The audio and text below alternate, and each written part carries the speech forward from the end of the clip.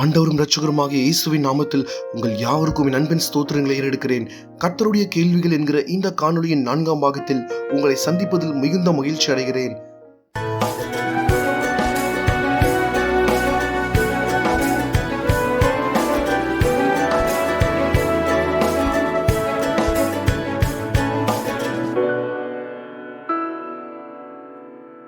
இந்த நாளிலும் நாம் பார்க்க போகிற கேள்வி யாத்திராகமம் 4ஆம் அதிகாரம் 2ஆம் வசனம். கர்த்தர் மோசேயை நோக்கி, உன் கையில் இருக்கிறது என்ன என்றார்.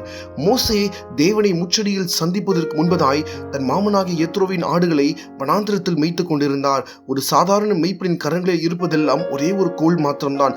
மோசேயும் இந்த கோலை மாத்திரம்தான் வைத்திருந்தார்.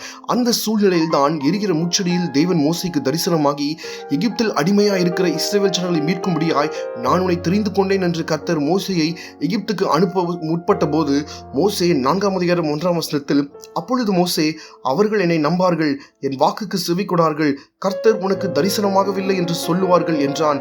மோசே தேவனிடத்தில், இஸ்ரவேல் ஜனங்கள் நீர் என்னை அனுப்பினீர், எனக்கு நீர் தரிசனமானீர் என்பதை நம்ப மாட்டார்கள் என்று கூறின போது தேவன் இந்த கேள்வி மோசேயை பார்த்து கேட்டார். உன் கையில் இருக்கிறது என்ன என்றார். அதற்கு மோசே, ஒரு கோல் என்றான். தேவன் மோசேயிடத்தில் இந்த கோல் மூலமாய் தான் என்னென்ன அற்புதங்கள் எல்லாம் செய்ய போகிறார் என்பதை வெளிப்படுத்தினார்.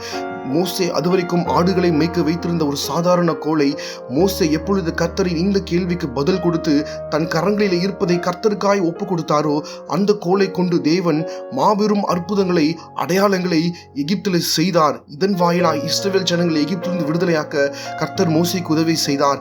இந்த நாளிலும் கூட 4ஆம் அதிகாரத்திலே 5ஆம் வசனத்தை நாம் வாசிக்கும் போது, ஆபிரகாமின் தேவனும் ஈசாக்கின் தேவனும் யாக்கோபின் தேவனுமாயிருக்கிற தங்கள் பிதாக்களுடைய தேவனாகிய கர்த்தர் உனக்கு தரிசனமானதை அவர்கள் நம்புவதற்கு இதுவே அடையாளம் என்றார். ஏனென்றால் இதற்கு மேல் இருக்கிற வசனங்களில் நாம் பார்க்கும்போது தேவன் இந்த கோலை சர்ப்பமாய் மாற்றி மோசேக்கு இந்த அடையாளத்தை வெளிப்படுத்தினார். இதை பார்த்த மோசேக்கு தேவன் கூறின வார்த்தை, நீ இதை எகிப்திலே செய்யும் போது இதுவே அவர்கள் கண்களுக்கு முன்பதாய் நான் உனக்கு தரிசனமானதையும் உன்னோடு நான் இருப்பதற்கும் அதுவே அடையாளமாய் இருக்கும் என்று தேவன் மோசேக்கு வெளிப்படுத்தினார்.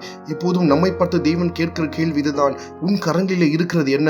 எனக்கு அருமையான தேவ பிள்ளைகளே, தேவன் நமக்கு சிலுவையிலே தம்முடைய ஜீவனை கொடுத்து ரட்சிப்பை பெற்றுக் கொடுத்திருக்கிறார். இன்று நம்முடைய கரங்களிலே ஒருவரும் பறித்துக் கொள்ள முடியாத ரட்சிப்பு மட்டுமல்ல, நம்மோடு கூட தேவன் கொடுத்திருக்கும் ஆவியின் வரங்களும் இன்று உண்டு.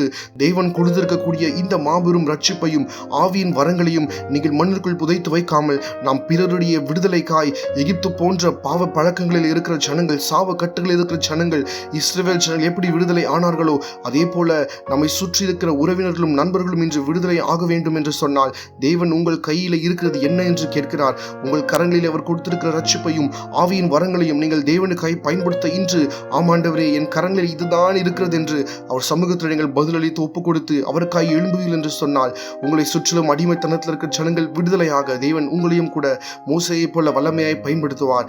மேலும் இந்த காணொளியை தேவைப்படுகிற உங்கள் உறவினர்களுக்கும் நண்பர்களுக்கும் பகிர்ந்தளிக்க மறவாதிருங்கள். நிச்சயமாய் இந்த காணொளியின் வாயிலாய் நீங்கள் ஆசீர்வதிக்கப்பட்டு இருப்பீர்கள் நாங்கள் நம்புகிறோம். அதோடு கூட நம்முடைய சேனலில் கொஸ்டின்ஸ் ஆஃப் காட் என்கிற பிளேலிஸ்டில் இன்னும் தேவன் கேட்ட மற்ற கேள்விகளும் பதிவிடப்பட்டிருக்கிறது.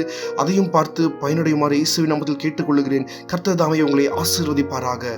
ஆமென்.